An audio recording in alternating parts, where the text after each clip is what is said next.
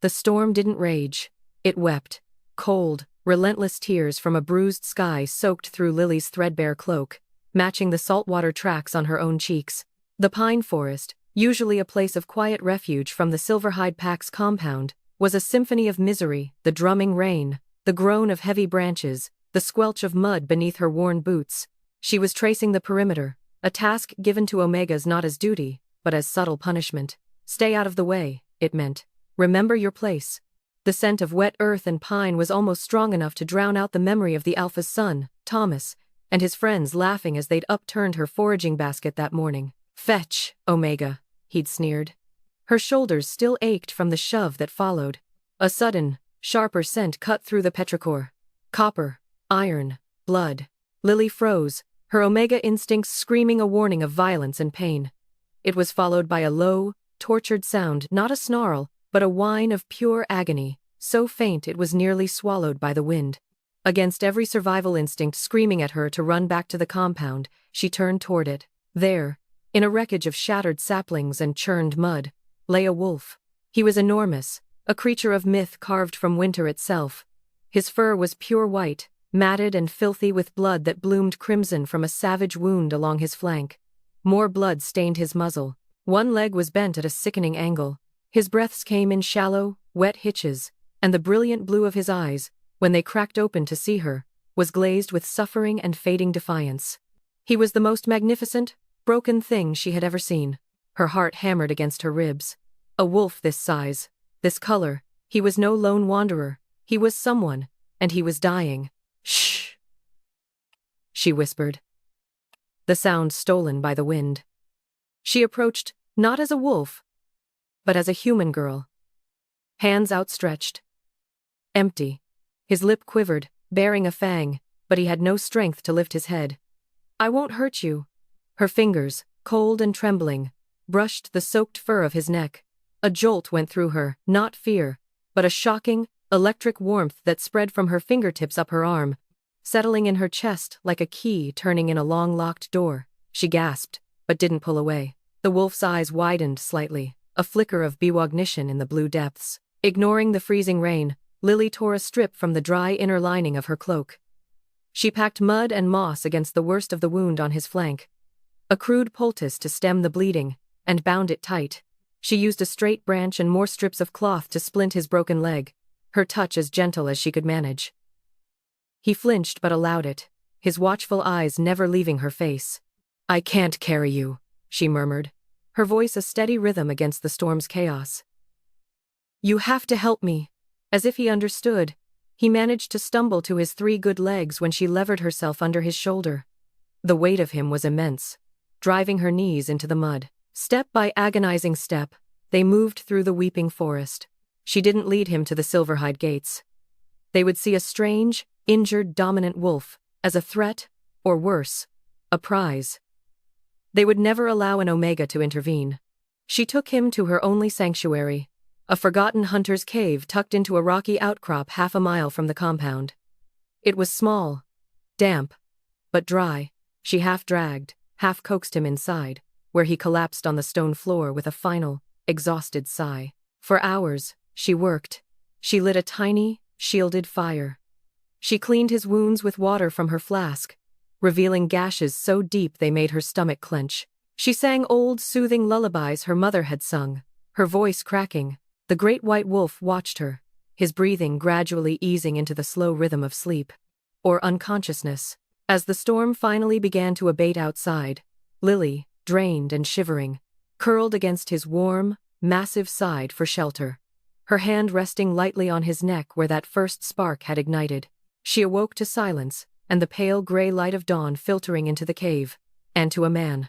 He lay where the wolf had been, naked, impossibly broad-shouldered, his skin marbled with scars and the fresh, stark wounds she had tended. His hair was the color of fresh snow. In sleep, his face was a landscape of fierce, unyielding lines, a strong jaw shadowed with stubble, a slash of a mouth, brows that suggested permanent command. He was, without question, an alpha. The power radiated from him even in stillness. A palpable force that made the air feel thin.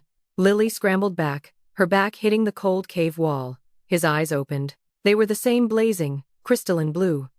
They fixed on her, and the world narrowed to that gaze. There was no confusion in them, only a piercing, intelligent awareness. He remembered. He moved, a wince of pain twisting his features as he tried to sit up. Lily should have lowered her eyes, presented her neck, mumbled an apology. She was an Omega. He was Alpha. This was the law. She did none of those things. She held his gaze, her own chin lifting a fraction. "You're not healed," she said. Her voice barely a whisper but clear in the quiet. "You shouldn't move." A long, tense moment stretched between them, broken only by the drip of water from the cave roof. Then, the corner of his mouth, that severe, commanding mouth, twitched. It wasn't quite a smile. It was an acknowledgement, a shift in the universe. "No," he agreed, his voice a deep, rough gravel that vibrated in the small space. It was a sound of absolute authority, yet softened by something she couldn't name. "It seems I am at your mercy." He looked at her. Really looked. Seeing past the drab, damp Omega's clothes, the tangled brown hair, the fear in her green eyes. He saw the girl who had fought a storm to drag a monster to safety. His gaze dropped to her small, bloody hands resting in her lap. "What is your name?" he asked, the question a command and a plea. "Lily," she breathed. "Lily," he repeated, and her name in his mouth sounded like a secret, like a vow. "I am Anthony." He said it not as an introduction, but as a surrender. A king handing his sword to a peasant girl. Outside, a single shaft of sunlight broke through the clouds, piercing the cave entrance, and illuminating the dust motes dancing between them. In that silent, golden beam, something clicked into place in Lily's soul. A lock she never knew existed, sliding open with a sound only she could hear. It was terrifying. It was glorious, and as Anthony's intense blue eyes held hers, she saw her own bewildered realization reflected back at her, a dawning, impossible truth that changed everything. The storm had passed, but a far greater tempest had just begun. The name Anthony hung in the damp air between them, a word of power that seemed to make the very stone walls of the cave hum. Lily's breath caught. She knew that name, whispered in fearful awe around border patrol fires. Anthony Volsung, Alpha of the Winterfang Pack, the most powerful and notoriously reclusive alpha in 5 territories, a ghost story used to make dominant wolves straighten their spines. And he was naked, bleeding, and utterly at her mercy in a forgotten hole in the ground. His gaze didn't waver. It was a physical weight, an assessment that stripped away her wet cloak and saw the trembling girl beneath. But unlike the looks she endured from the Silverhide dominance, this scrutiny didn't seek weakness to exploit. It sought the core of her. "You are an Omega of Silverhide," he stated. His voice, though weakened by pain, held a resonance that demanded truth. Lily nodded, unable to speak. The rules of her world screamed at her to avert her eyes, to bare her throat in submission. Yet the new, terrifying connection thrumming in her chest, a golden thread she could almost feel stretching between their hearts, forbade it. She met his blue fire with her own green steadiness. "They cannot know I am here," Anthony said, attempting to push himself up on an elbow. A sharp gasp escaped him, and fresh blood welled through the moss packing on his flank. The metallic scent filled the small space, cutting through the smell of wet wolf and earth. "Stop!" The word burst from Lily, sharper than she intended. She moved without thinking, crossing the space between them on her knees. Her hands, small and pale against his muscular torso, pressed against his shoulder, pushing him back down with a firmness that surprised them both. "You'll reopen everything. The healing will take days, even for you." He resisted for a fraction of a second, the instinct of an alpha to never be commanded warring with the blunt reality of his body. He yielded, sinking back onto the bed of old furs she'd scavenged. But his eyes never left her face, watching as she inspected her makeshift bandages. "You fight with a rival pack?" she asked softly, her fingers gently probing the edges of the wound. His skin was fever-hot. "No," the word was a low growl. "An ambush. On my own lands. By my own beta." The revelation landed like a stone in the pit of Lily's stomach. Betrayal at that level was a poison that could kill a pack from the inside. It explained the viciousness of the wounds, not a challenge, but a murder attempt meant to look like an accident or an external attack. "Philip," Anthony breathed. The name a curse. He has been restless, ambitious. I saw the discontent, but I did not see this. He closed his eyes. A wave of pain that was more than physical washing over his stark features. He will have told the pack, I am dead. He will be moving to claim my title, my territory. By now, my loyal warriors are likely imprisoned, or dead.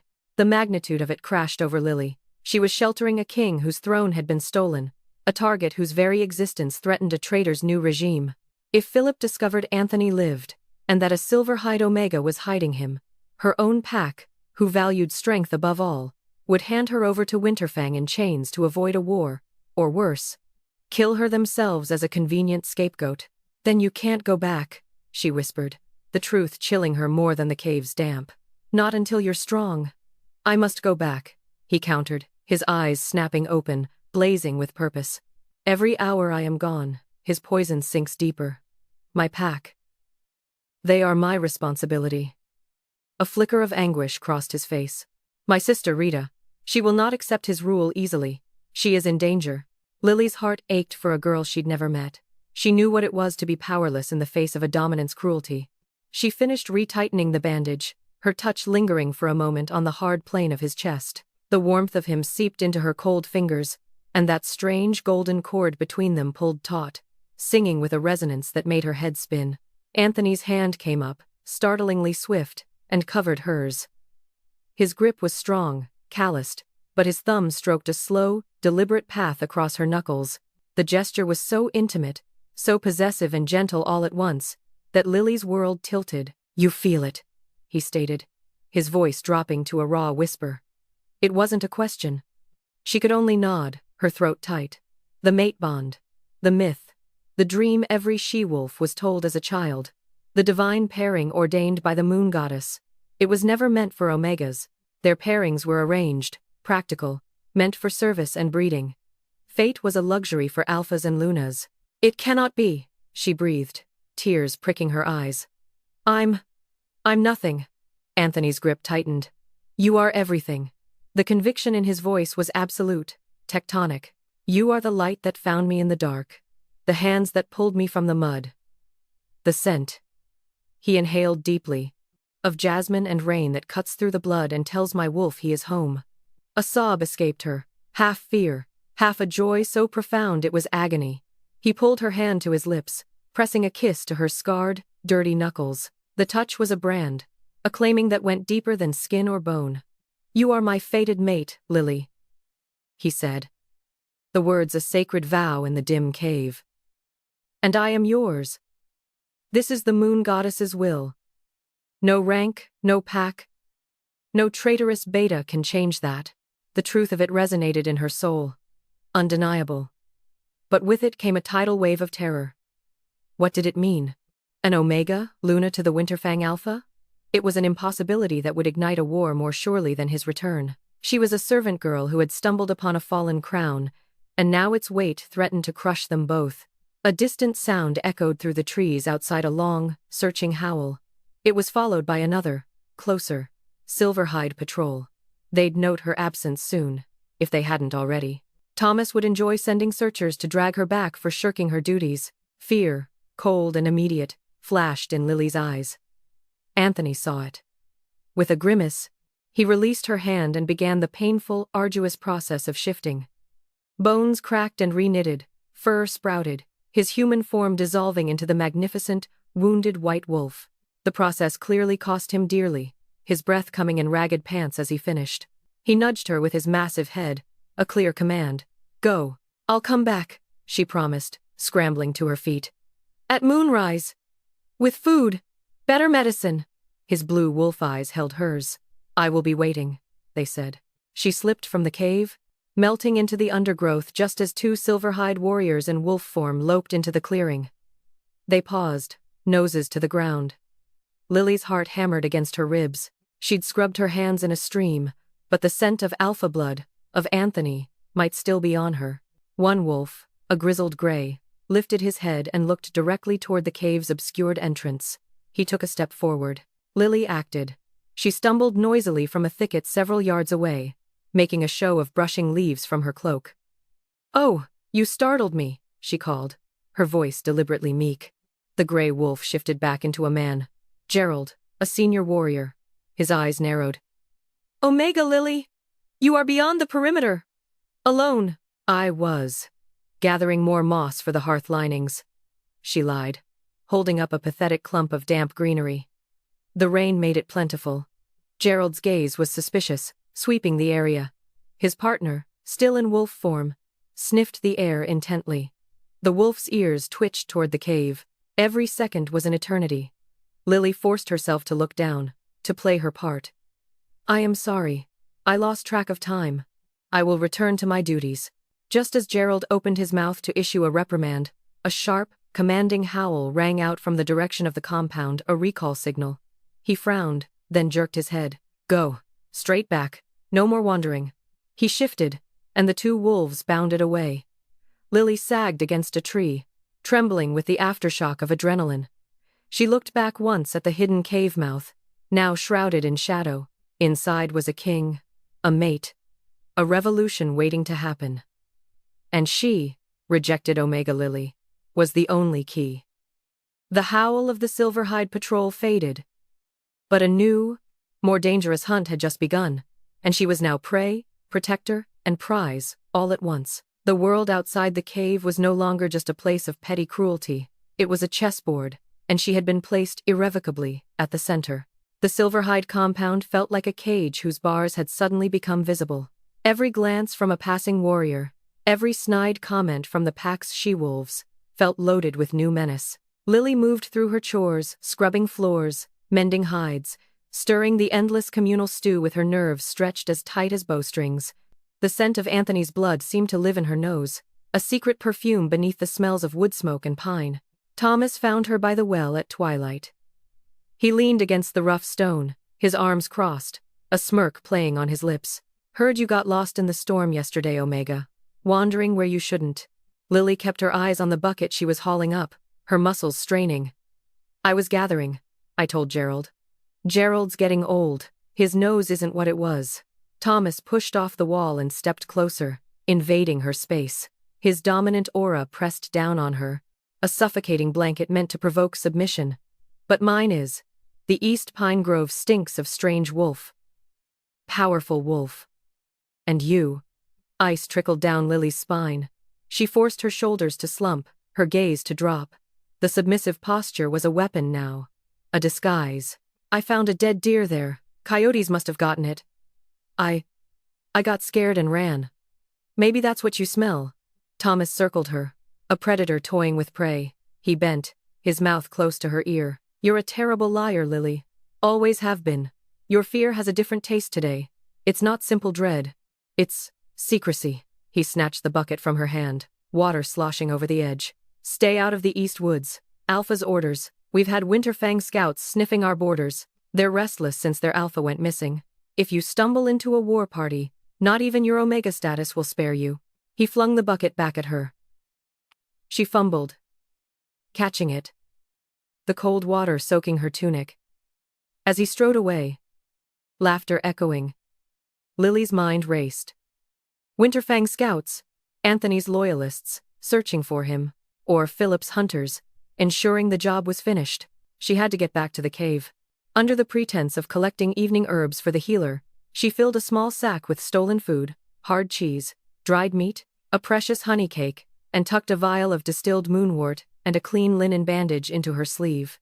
The forest at dusk was a world of long, grasping shadows and eerie silence. Every crack of a twig was a scout, every rustle an assassin. The golden thread in her chest, however, was a compass. It pulled her forward, a warm, insistent tug, guiding her steps unerringly toward him. He was waiting at the mouth of the cave, having dragged himself there. The white wolf, a pale ghost in the deepening blue. The moment she appeared, his ears swiveled forward, and a low, soft whine escaped him, a sound of profound relief. The sight of him, alert and alive, loosened the knot of fear in her chest. Inside, she helped him shift back. The process was smoother, the wounds angrier but clean. The fever had broken. Anthony's human face was drawn with pain, but his eyes were clear, sharp with strategy. "Your pack is on alert," he said without preamble, accepting the water skin she offered. They smell the fight on the wind. Thomas, the Alpha's son. He suspects I know something. She unwrapped the food, her hands steady now in his presence. He mentioned Winterfang's scouts. Anthony's jaw tightened. If they are my scouts, led by my Gamma, Marcus, they will be moving stealthily, searching for any sign. If they are Philip's. He didn't finish. He took her hand, his thumb tracing the line of her wrist where her pulse hammered. You are in danger because of me.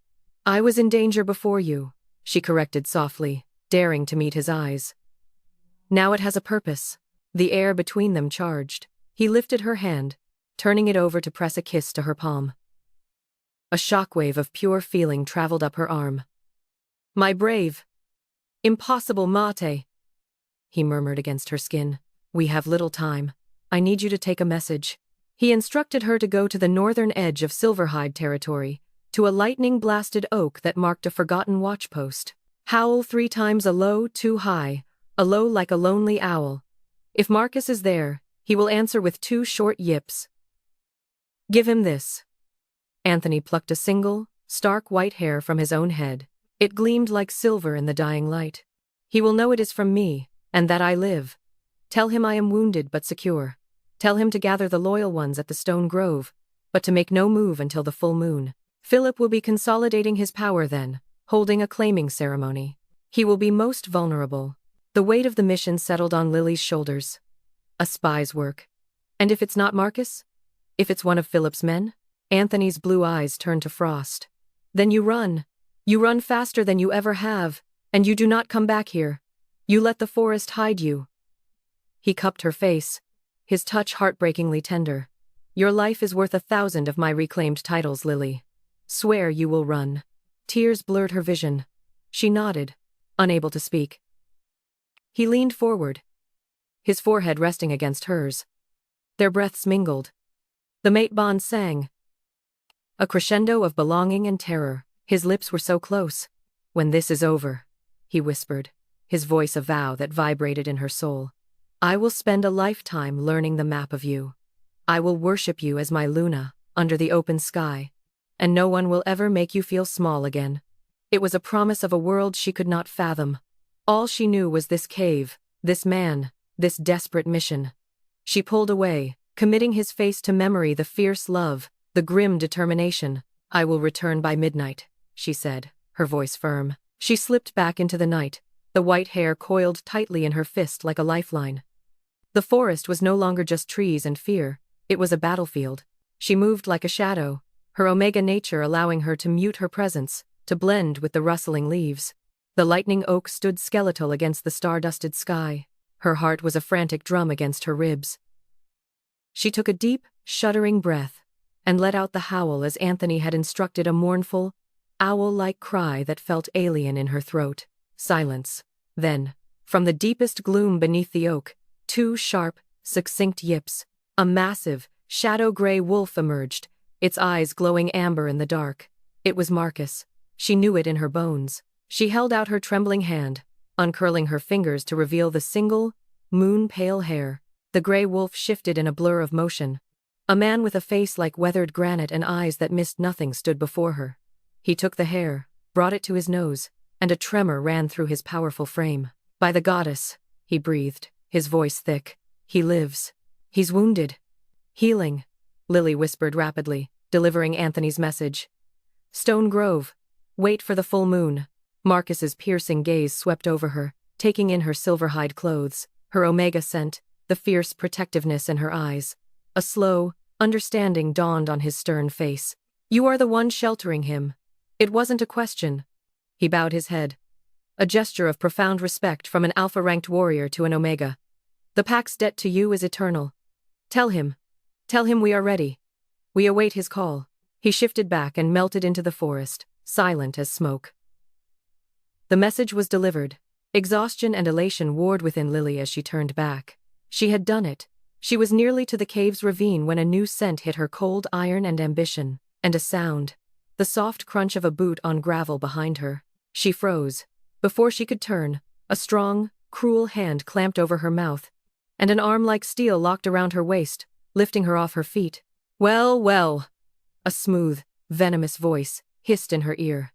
The scent was overpowering, dominant, and utterly foreign to Silverhide. What does a little Omega carry from a lightning-struck tree so deep in the night? Her blood turned to ice. It was a Winterfang scent, but not Marcus's. Philip's hunter had found her. The world was a blur of terror and pressure. The man's grip was a vice, his scent of cold ambition and pine sap smothering her. He dragged her backward, away from the ravine, away from Anthony. Lily's scream was muffled into a useless hum against his palm. She kicked, her heels connecting with his shins, but it was like kicking stone. "Quiet, little mouse," the hunter snarled, his breath hot and foul on her neck.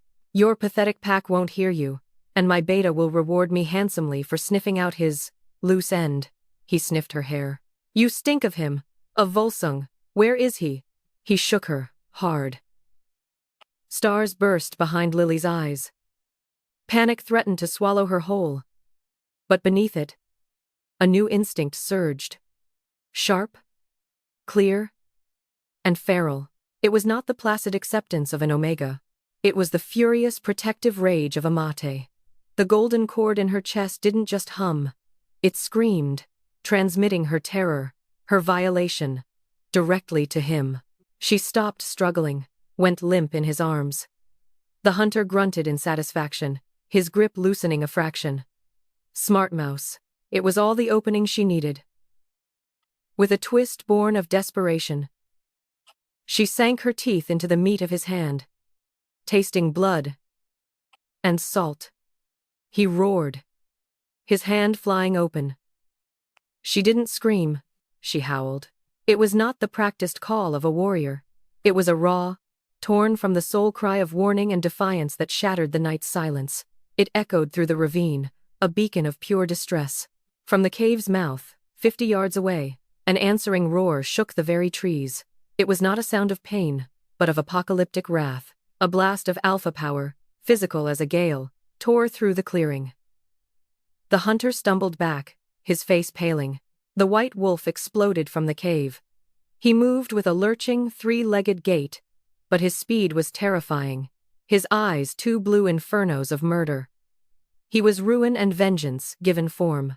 "No!" the hunter gasped, fumbling for the silver dagger at his belt. He never drew it.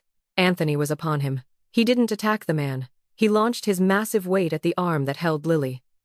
Bones crunched. The hunter's shriek was cut short as Anthony's jaws clamped on his shoulder and threw him like a rag doll against an oak. The man slid down the trunk, unconscious or dead. Lily stumbled, gasping. Anthony turned to her, his muzzle stained with the hunter's blood.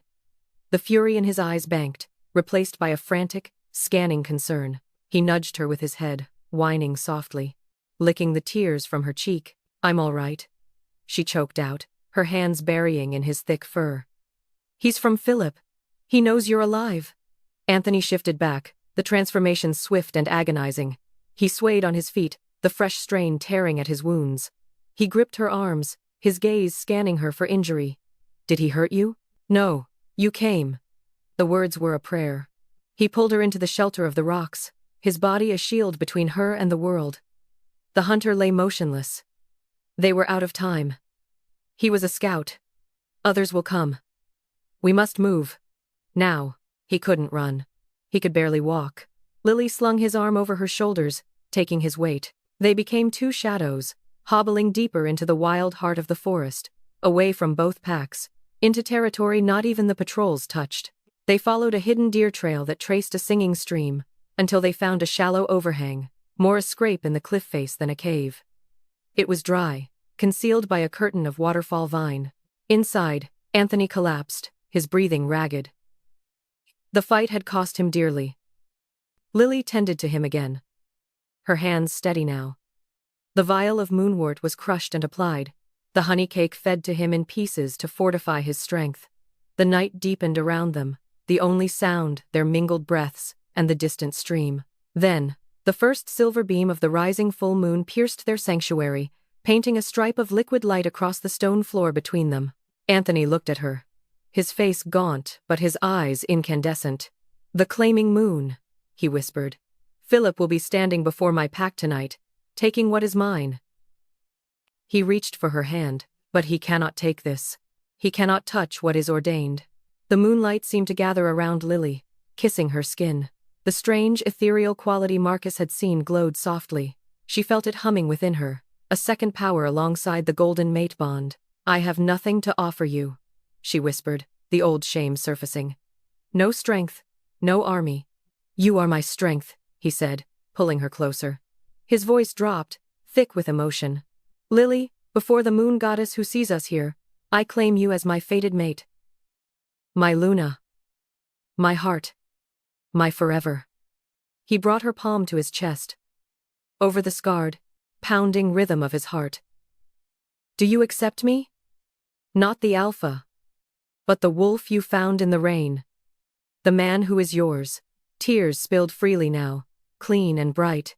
In his eyes, she saw not a king, but her wolf, her wounded, magnificent partner.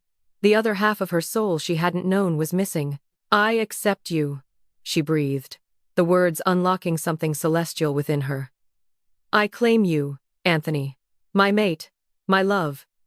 As the words left her lips, the full moon's light blazed, flooding their tiny sanctuary with blinding, beautiful silver. The golden cord in her chest snapped taut, then melted, weaving itself into the very fabric of her being. A similar shock ran through Anthony. He threw his head back, a soft growl of pure, profound completion rumbling in his chest. He cupped her face, his thumbs stroking her cheeks. "Mine," he murmured. And the word was a vow. A possession that meant freedom. Their first kiss was not gentle. It was a collision of need and affirmation, of fear and desperate hope.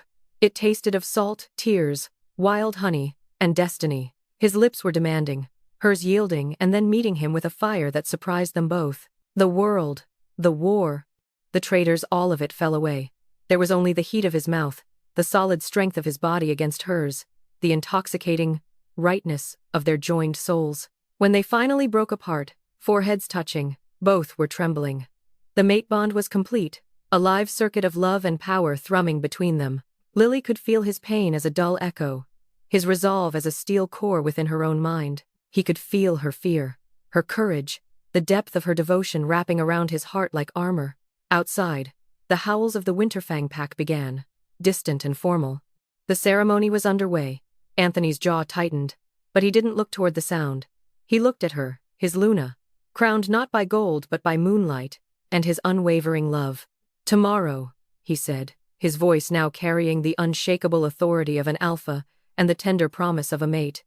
"We take the first step back, not to my pack, to our pack." He lay back, drawing her into the circle of his arms, her head on his less injured shoulder. Sheltered in the overhang, bound by fate and choice, they slept as the full moon, their witness, traced its path across the sky. The hunter in the clearing was a problem for the dawn. The war was a storm on the horizon. But here, now, they were whole, and for the first time in both their lives, they were truly, perfectly, home. The quiet between them was no longer filled with dread, but with the potent, humming silence of a shared future, waiting to be won. Dawn came not with a gentle light, but with the cold, gray reality of their situation. Anthony was stronger, the completed mate bond lending him a surge of vitality, but his body was still a map of violence. They shared the last of the water and meat in silence, the memory of the nights claiming a warm ember between them, banked against the chill. "We cannot stay," Anthony said, his voice low. He was listening to the forest. "They will find the scout. They will widen the search." "Where can we go?" Lily asked. The Silverhide border was a wall of hostility. Winterfang territory was a den of snakes with Philip at its head. "To the Stone Grove," he decided. "It is sacred, neutral ground between three packs, a place of the goddess. No violence is permitted there. It is where Marcus will gather the loyal ones." He looked at her, his gaze assessing not her weakness, but her endurance. "It is a day's hard journey from here. Can you make it?" Lily thought of Thomas's sneer, of the endless scrubbing, of the hunter's hand on her mouth. She thought of Anthony's kiss, of the word Luna, whispered like a sacrament. "I can." They moved like ghosts through the undergrowth. Anthony set a punishing pace, driven by necessity, frequently pausing to lean against a tree, his face taut with pain. Lily was his constant support, her small frame taking his weight without complaint. Her Omega senses, usually a curse that made her hyper-aware of every dominance mood, became their greatest asset. She heard the snap of a distant twig a second before Anthony, guiding them into a thicket. She caught the scent of a silverhide patrol on the shifting wind and changed their course. He watched her, pride and awe glinting in his eyes. "You move like mist," he murmured during a rest, his fingers brushing a smudge of dirt from her cheek. "They train warriors for decades, and none have your silence." It was near midday when they heard the wolves, not a patrol, but a hunt-obeying chorus to their east, getting closer. Anthony pushed her behind a massive fallen log. Winterfang, Philip's hunters, 4 of them. His eyes glowed, his canines lengthening. "Run, Lily. Follow the stream north, I will lead them away." "No." The refusal was quiet, absolute. She met his fierce gaze. "You cannot fight them, not yet, and I will not leave you." The mate bond between them flared, a conduit of her stubborn will flooding into him. Before he could argue, she did something instinctual. She placed her hands on the damp earth, closed her eyes, and pushed. Not with physical strength, but with the new, moon-washed essence inside her. She pushed a feeling, a suggestion into the very forest, a deep, primal urge to turn, to follow a stronger, more enticing scent to the south. She felt a dizzying drain, a siphon of energy. When she opened her eyes, the baying had altered course, heading south, fading. Anthony was staring at her, utterly still. "What was that?" His voice was hushed. I don't know," Lily whispered, looking at her hands. "I just asked the forest to help us." Anthony's expression shifted from shock to dawning, breathtaking reverence. "Moon-touched," he breathed. "The legends. They speak of rare omegas blessed by the goddess herself, not with dominance, but with a deeper harmony, an influence over nature, a healing touch, a truth sense." He took her soil-stained hands in his. "It is why our bond is so powerful. Why you could find me. Why you can hide us." Philip didn't just try to kill an alpha. He tried to extinguish the promised Luna. The weight of it was terrifying. A blessed Omega? She was just Lily. Yet, the proof was in the diverted hunt, in the way plants seemed to bend to conceal them, in the otherworldly glow that sometimes clung to her skin in moonlight. They reached the stone grove as the sun bled into the horizon. It was a clearing dominated by a circle of ancient, rune-carved monoliths that hummed with silent power. In the center, a pool of water, so clear and still it looked like a disk of obsidian, reflected the first stars. And there, waiting in the shadows of the stones, were 12 wolves. They were battered, some bearing fresh wounds, but their eyes burned with loyalty. At their head stood Marcus, in human form. His relief at seeing Anthony was palpable, but it was his reaction to Lily that held the clearing in a breath. As she entered the sacred space with Anthony, the pool in the center rippled, though there was no wind. A soft, silvery light emanated from the water, touching the runes on the stones, which began to glow with a faint, ethereal luminescence. It illuminated Lily, making her seem carved from moonlight itself. Marcus fell to one knee.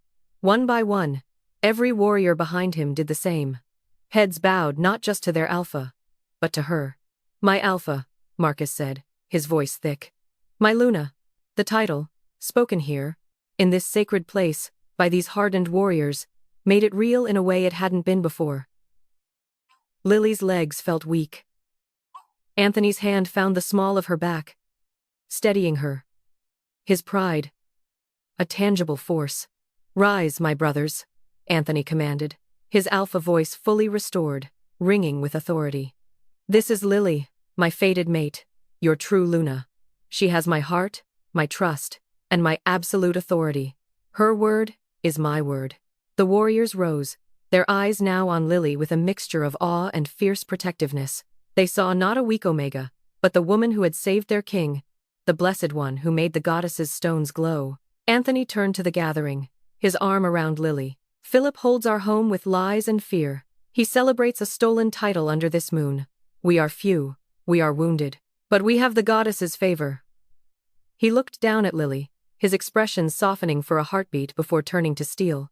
"And we have something he does not, the truth, and her." He laid out the plan. They would not attack the stronghold directly.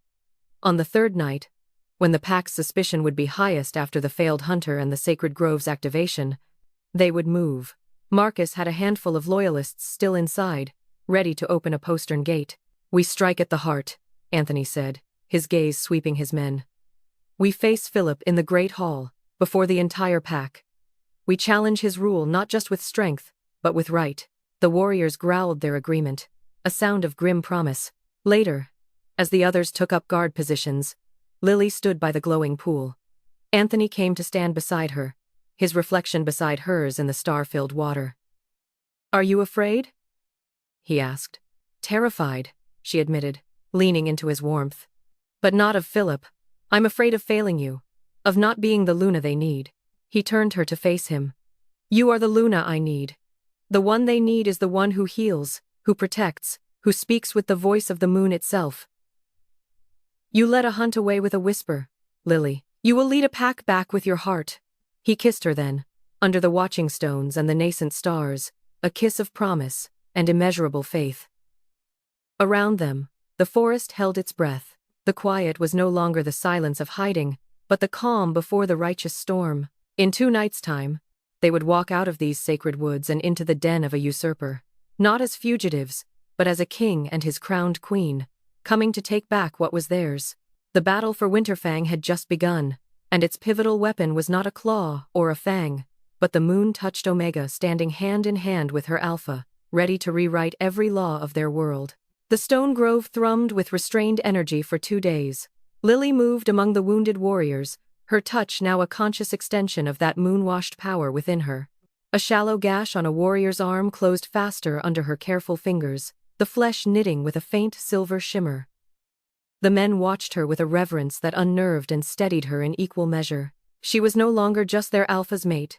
She was a living testament to the goddess's favor.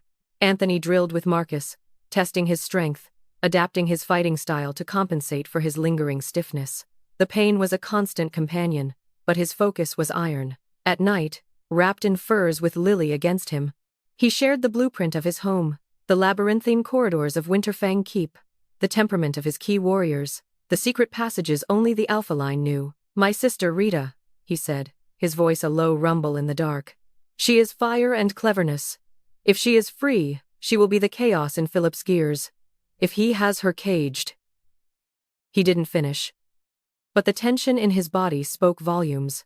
On the morning of the 3rd day, a scout, a wiry female warrior named Kira, returned from a perilous infiltration.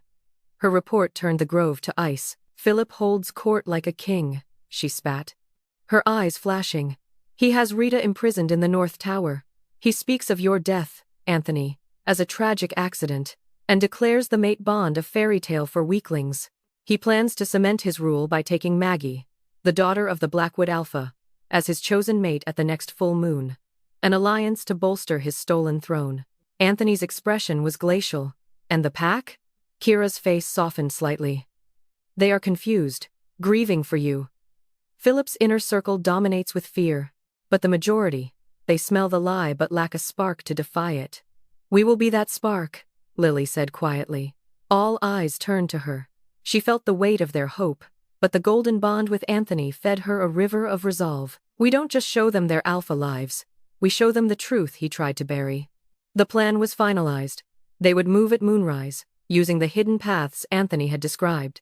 Their force was a mere 13 against a fortress. Their advantage was surprise, righteousness, and her. As they prepared to depart, Anthony drew Lily aside, behind the largest monolith. He took both her hands. "When we enter that hall, all eyes will be on you. Philip will try to break you with words, to make you seem small. You must not waver. I am an Omega who faced a storm for a stranger," she said, lifting her chin. "I can face a liar in his own hall." A fierce pride blazed in his eyes. He leaned forward, his lips brushing hers in a kiss that was both promise and brand. "Then let us go and reclaim our home." The journey was a tense, silent crawl through enemy territory. They moved like shadows, Lily's innate stealth and growing sense of the forest guiding them around patrols. The looming silhouette of Winterfang Keep, a formidable structure of dark stone and sharp towers, grew before them. A postern gate, hidden by a cascading waterfall, creaked open at their approach. A pair of fearful but determined eyes, a young kitchen Omega loyal to Rita, peered out before ushering them into the dripping, subterranean dark. They emerged into a service corridor, the air thick with the scent of roasting meat and packed wolves. The sounds of the feast in the great hall above were a dissonant celebration, raucous laughter, the clatter of plates, the booming, false-hearted voice of a man giving a toast. Anthony's face hardened into a mask of lethal calm. He looked at his warriors, at Marcus, and finally at Lily. He gave a single, sharp nod. This was it. They stormed the stairs not with a roar, but with a terrifying, silent purpose. The two guards at the hall's rear entrance were disarmed and subdued before they could blink. Anthony threw the massive oak doors open. The scene inside was a grotesque parody of pack life. At the high table, Philip held court. He was handsome in a sharp, calculating way, his smile not reaching his cold eyes. Beside him, a beautiful, pale she-wolf, Maggie, sat stiffly, her expression one of muted dread. The hall fell silent, as a tomb at the sight in the doorway. Anthony Volsung stood framed in the archway, battered but radiating undeniable alpha power. And beside him, not a dominant she-wolf of rank, but a slight figure in a simple dress, her hand clasped firmly in his, her green eyes sweeping the room with a calm that felt more dangerous than any snarl. The silence shattered. "Ghost!" someone screamed. "Anthony!" Philip shot to his feet, his chair screeching backward. His face cycled through shock, fury, and a rapid, calculated malice. "An imposter!" he thundered, his voice filling the hall. "A trick! A Silverhide spy and a traitor conjured by dissenters." He pointed a dramatic finger at Lily. "See the Omega he uses? A pathetic creature to play on your sympathies." Anthony took one step forward, and the crowd instinctively parted. "The only imposter, Philip, sits in my chair." His voice, quiet, carried to every corner. "You betrayed your alpha. You betrayed your pack. And you betrayed the moon goddess herself." Philip laughed, a brittle, harsh sound. "The goddess? She gives strength to the strong. Not to crippled fools and their pet mice." His gaze landed on Lily, dripping with contempt. "What is this? Your attempt at a Luna? She smells of kitchens and cowardice." Lily felt the hot shame of a lifetime of such words. But then she felt Anthony's love, a fortress around her heart. She felt the cool, silver power of the moon touch in her veins. She released Anthony's hand and took one single, deliberate step forward. All eyes locked on her. She didn't look at Philip. She looked at the pack, at the confused warriors, the hopeful Omegas, the elders who remembered Anthony's fair rule. She saw Rita, dragged into the hall by guards, her face lighting with furious joy. "He says I smell of kitchens," Lily said, her voice clear and melodic, carrying without strain. "It is true. I have baked bread and mended cloaks. He says I smell of cowardice." She turned her gaze to Philip now, and her eyes held no fear, only a profound, unsettling pity. "But you, Philip, you smell of lies. You reek of ambition so desperate it murdered brotherhood, and you smell of fear, the fear of a man who knows the true Alpha has returned, and with him, the true Luna." As she spoke the title, a collective gasp went through the hall. From the high window, a shaft of bright moonlight pierced the smoky air, finding Lily like a spotlight. It caught in her hair, gleamed on her skin, and for a moment, the faint, luminous silver glyphs of the stone grove seemed to dance across her arms. The visual proof of the goddess's blessing was undeniable. Philip saw his narrative crumbling. Rage consumed his cunning. "Kill them!" he screamed to his inner circle. "Kill the traitors!" 6 wolves, including the head guard, moved to obey. Anthony didn't flinch. "Stand down," he commanded, and the sheer, unleashed force of his alpha will hit the room like a shockwave. The loyal wolves behind him growled in unison, but it was Lily who acted. As the head guard lunged toward Anthony, she stepped between them, not to fight, but to stand. She raised her hand, palm out, a silent plea to the forest, to the moon, to the very stone of the keep. The guard, mid-leap, faltered. He crashed to the floor not in attack, but in a sudden, deep bow. His muzzle pressed to the stone, a whine escaping him. He was not forced, he was compelled. Compelled by an ancient, benevolent power that spoke directly to the wolf inside. The hall was utterly, profoundly silent. In that silence, Lily's voice was the only sound. "The goddess has chosen. Your true alpha has returned, and I am his Luna. Who will you serve? The liar in the stolen chair? She paused, her gaze sweeping over the 100 faces. Or the truth standing before you? It was not a demand, but a choice. And as the moonbeam held her alight, the first warrior, then another, then whole rows of the pack sank to their knees, bowing their heads to Anthony, and to her. Philip stood alone at the high table, his alliance shattered, his authority evaporated. His eyes met Anthony's across the hall. There was no pack between them now, only a debt of blood. Anthony's lips drew back in a silent snarl. The challenge was absolute. The reckoning had arrived. The great hall held its breath. The kneeling submission of the pack was a tide that left Philip stranded on an island of his own making. The false smile was gone, stripped away to reveal the snarling, cornered animal beneath. His inner circle, now just 3 wolves who shared his fatal ambition, stood tense behind him. Anthony didn't look at the bowed heads of his returned people. His entire being was focused on the man at the high table. The wound in his side was a dull, hot throb. But the mate bond sang with Lily's strength, and the sight of his pack choosing him fed a deeper, more potent well of power. The challenge is made, Philip. Anthony's voice was a low, deadly calm that vibrated in the silent space. For betrayal, for attempted murder, for the theft of my pack and the imprisonment of my blood, step down and face exile, or face me. Philip's laugh was a scrape of bone on stone. Face you? A cripple propped up by a witch? His eyes darted to Lily, hatred gleaming in them. But he saw the pack's awe of her. He couldn't attack her directly, it would turn the last of his support to ash. His only chance was to destroy the source of her legitimacy. Anthony, I accept your challenge. Alpha, let the pack see the truth of your weakness. The hall erupted into motion. The massive oak tables were dragged back, clearing a wide circle in the center of the stone floor. The pack formed a living wall around it, their faces a mosaic of anxiety, hope, and grim fascination. Rita, freed by Marcus, pushed to the front, her hands clenched, her eyes blazing. Lily stood at the edge of the circle, Anthony's cloak now around her shoulders. He turned to her before stepping into the ring. He said nothing. He simply cupped her face, his thumb stroking her cheek, his blue eyes saying everything. Trust me. This is for us. She nodded, pressing her hand over his. For our future, she whispered. He turned and walked into the center. Philip descended from the dais, stripping off his ornate tunic. The contrast was stark. Anthony, scarred and moving with careful, pain-laced grace. Philip, sleek, unmarked, oozing a predatory confidence. No formal signal was given. They shifted in unison. The white wolf and the tawny brown wolf circled.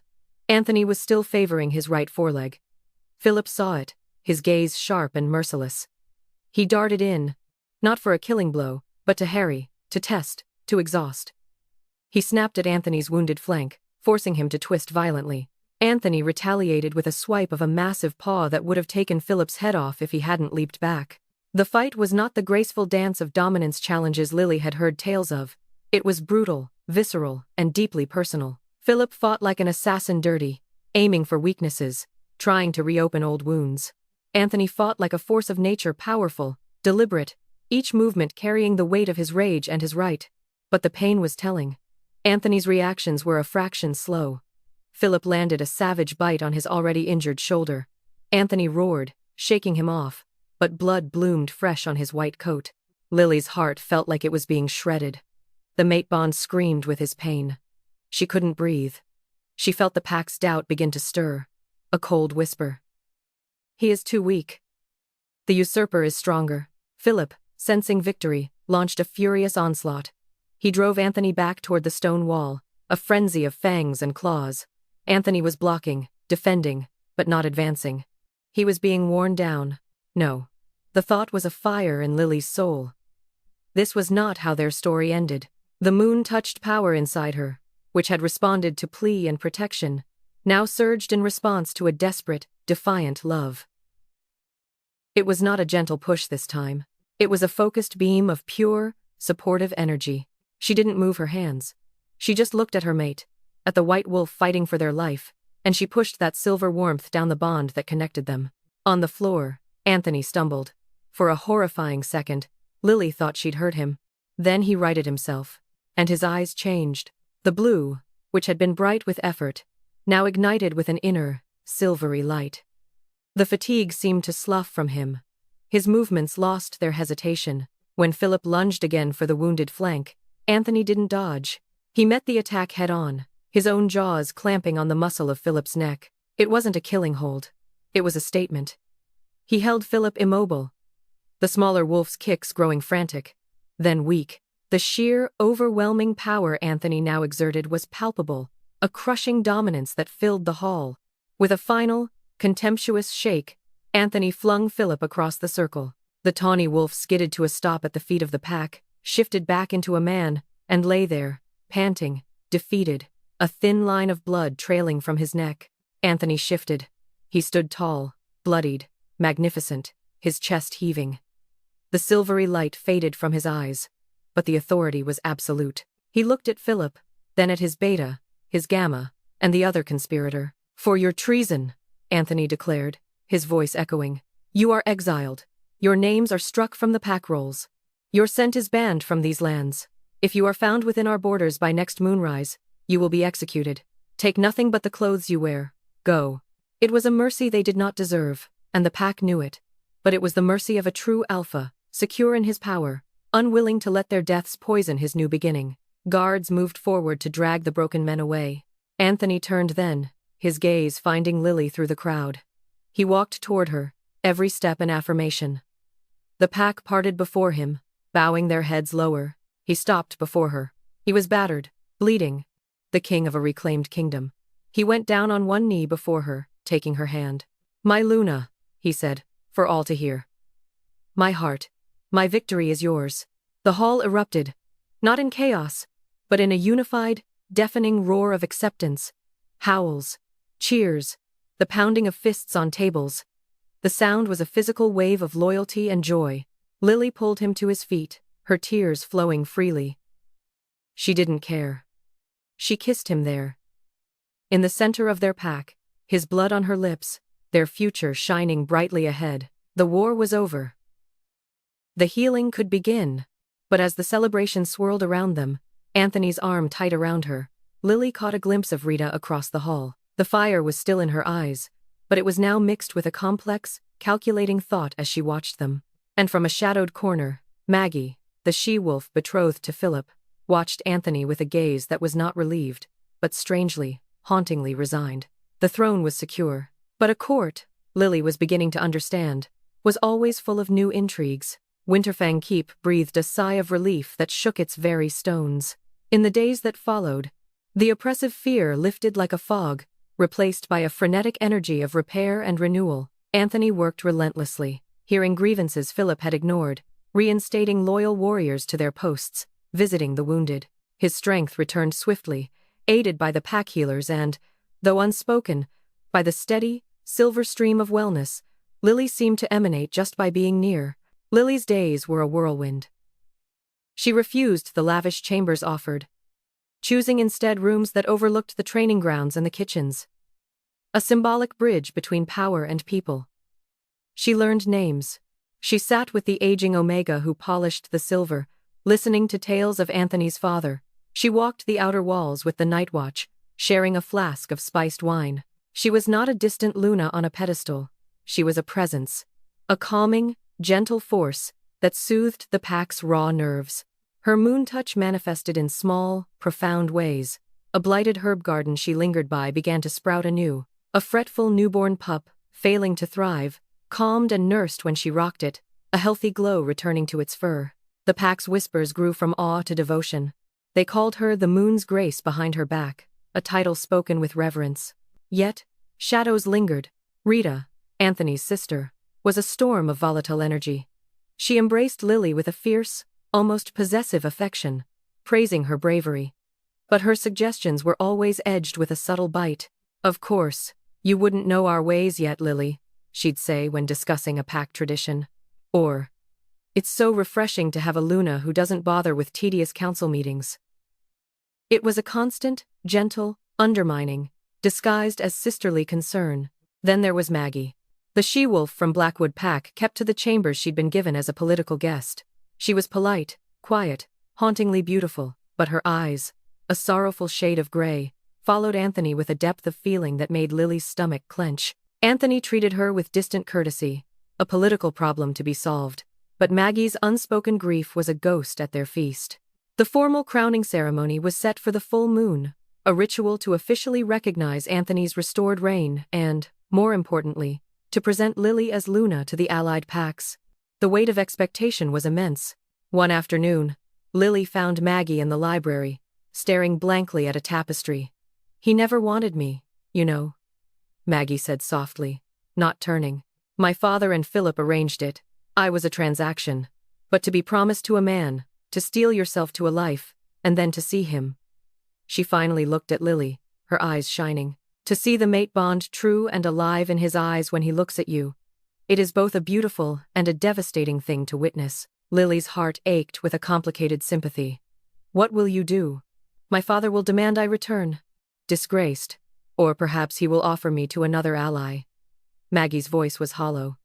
Such is the fate of daughters in strong packs. A spark of defiance, the same that had faced down Thomas and Philip, ignited in Lily.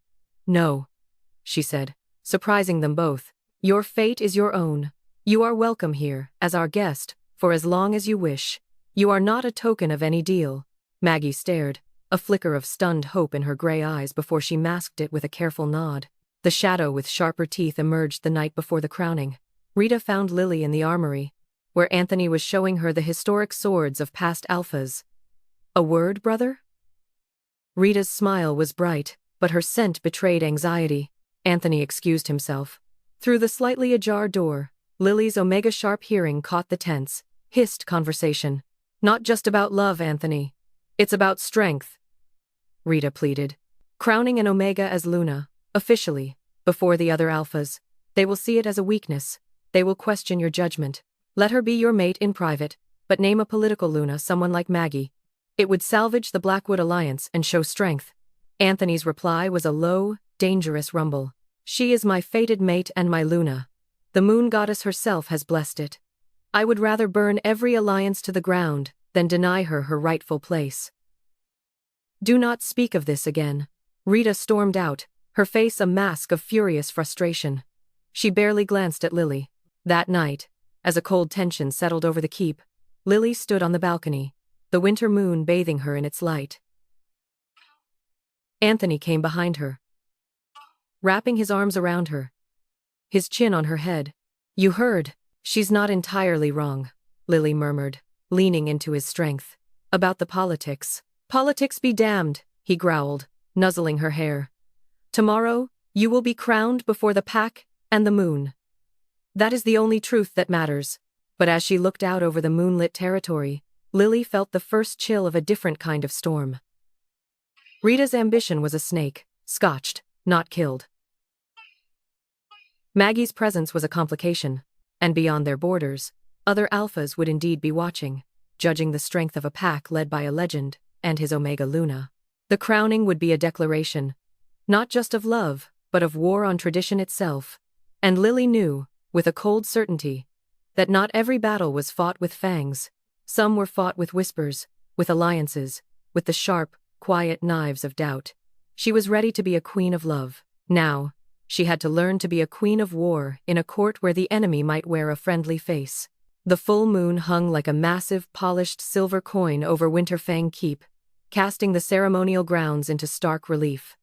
The air crackled with anticipation, and the scent of night-blooming jasmine, Lily's scent, which now seemed woven into the very fabric of the pack's home. Representatives from 3 allied packs, Blackwood, Stonefur, and Dawnhowl, sat in places of honor, their expressions ranging from curious to critically observant.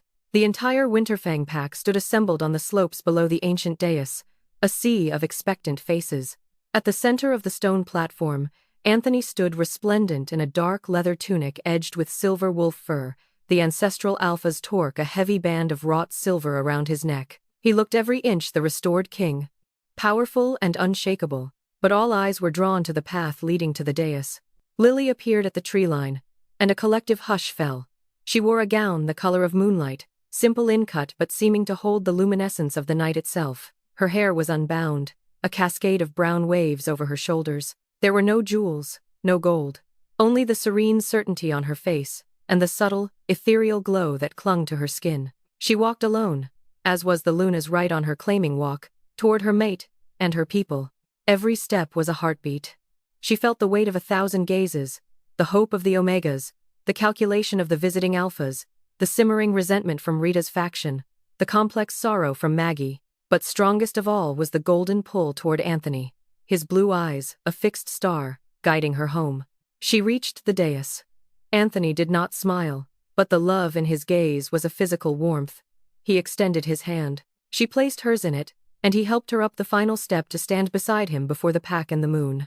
The elder shaman, a wizened wolf with eyes milky with age, stepped forward, his voice, amplified by the stillness, rasped with ancient power.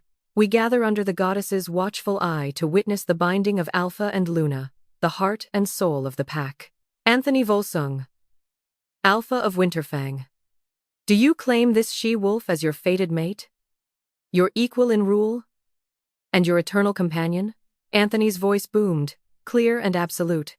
Before the moon goddess and my pack, I claim Lily as my fated mate.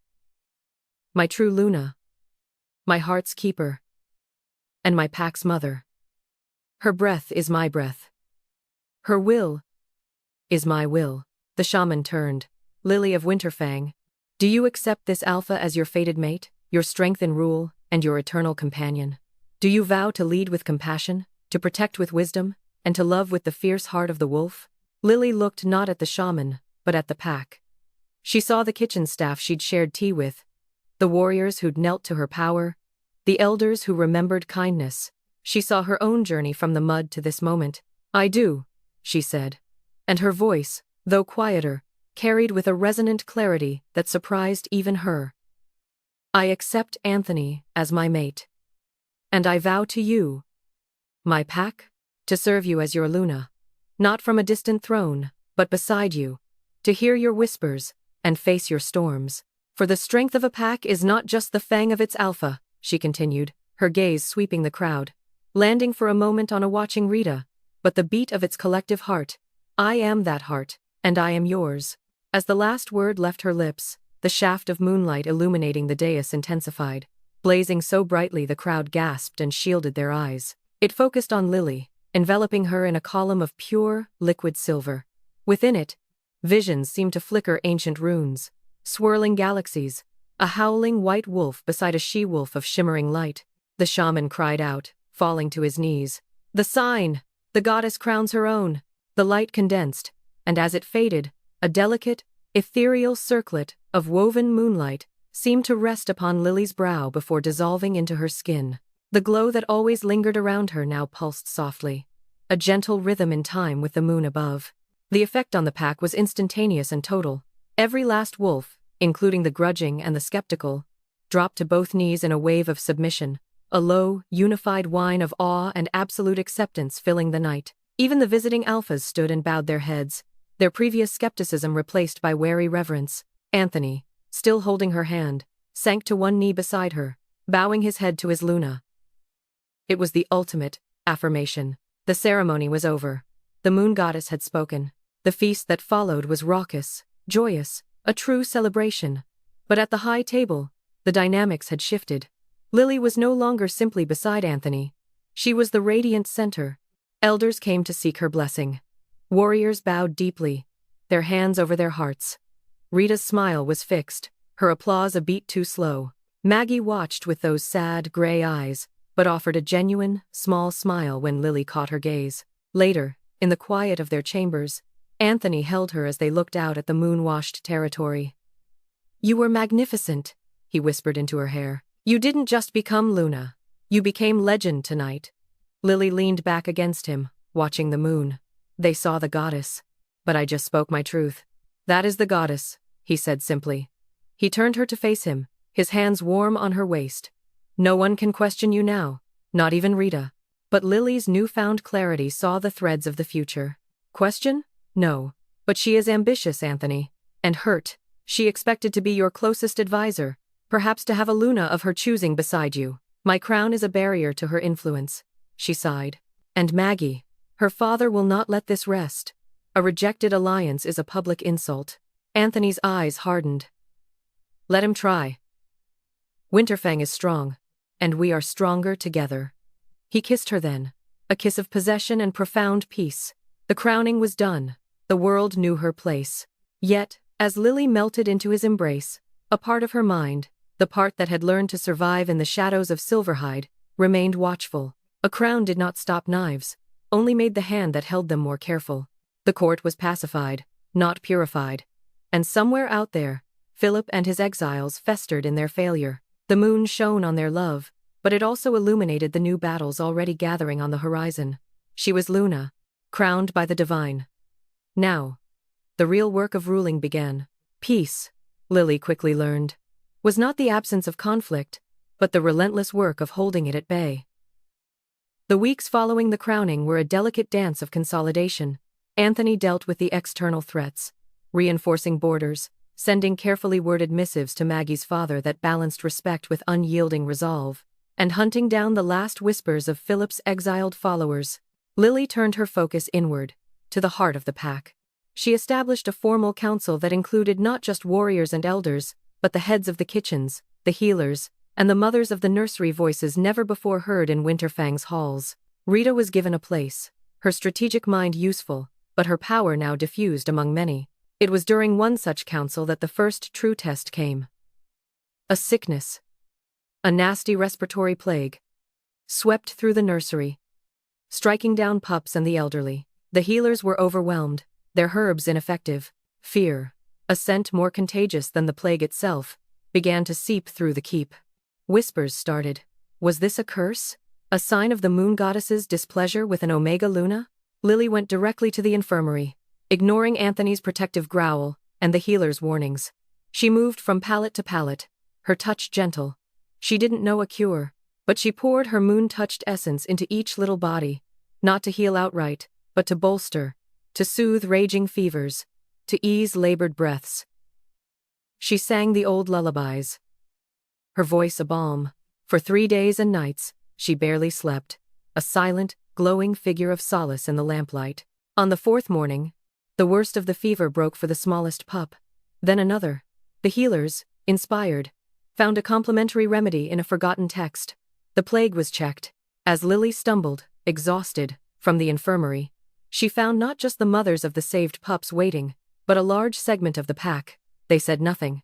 They simply parted, forming a corridor for her, each wolf touching their forehead, and then their heart, as she passed the old sign for pack and soul. The silent tribute was more powerful than any cheer. Rita observed from a balcony, her expression inscrutable. The true turning point came with Maggie. Lily found her in the gardens, packing a small satchel. My father has summoned me home. To be evaluated, Maggie said, the bitterness finally breaking through her placid mask. I am to be bartered again. You told me your fate is your own, Lily reminded her gently. Do you wish to go? Maggie's gray eyes filled. No. But I have no place here. I am a living reminder of a shameful pact. No. You are a she-wolf of intelligence and grace, Lily said firmly. Winterfang does not discard its assets, nor its friends. She had been planning this, and had secured Anthony's gruff approval. Our trade envoy to the coastal packs leaves next week. They need someone who understands diplomacy, culture, and who can negotiate as more than just a warrior. Lead it. Forge your own alliances. Make your own value, far from anyone's shadow. Maggie stared, her breath catching. It was a position of real responsibility, a chance at a life, not just a marriage. The gratitude that flooded her face was unguarded and real. Why would you do this for me? Because a strong pack needs strong wolves in all places, Lily said. And because kindness is not a weakness, it is a strategy for loyalty. When Maggie left with the envoy a week later, her head was high, her scent free of sorrow for the first time. The Blackwood alliance, though strained, was not broken, it was merely transformed, with Maggie as a potential bridge, not a hostage. The final shadow was Rita. The confrontation came on a night of thunder. Rita confronted Lily in the strategy room, a map of the territories between them. You placate the weak and send away the useful, Rita snapped, her composure gone. You soften my brother's edges with your gentle ways. Winterfang was feared. Now we are kind. Kindness gets you killed. Lily, tired of the subtle digs, met her fury with a calm that was more forceful than any shout. Your brother was almost killed by strength by Philip's ambition, which mirrors your own. Winterfang is stronger now than it has ever been. The pack's heart is united. Its loyalty is not born of fear, but of love. That is an unbreakable strength, Rita. One you fail to understand because you believe love is a vulnerability. She stepped closer. You are his sister. I love you for the fire you bring. But if that fire ever threatens the heart of this pack, if it ever threatens him, I will snuff it out. Not as an Omega, but as your Luna. Choose your path. Rita flinched as if struck. The raw, unvarnished power in Lily's words, backed by the authority of the moon itself, left no room for argument. She saw not a rival for influence, but a true ruler.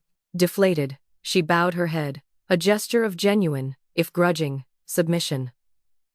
My Luna, she murmured. The storm outside broke, washing the world clean. That night, Lily stood with Anthony on their balcony. The air was fresh, the territory peaceful under the sliver of a new moon. The sickness is gone.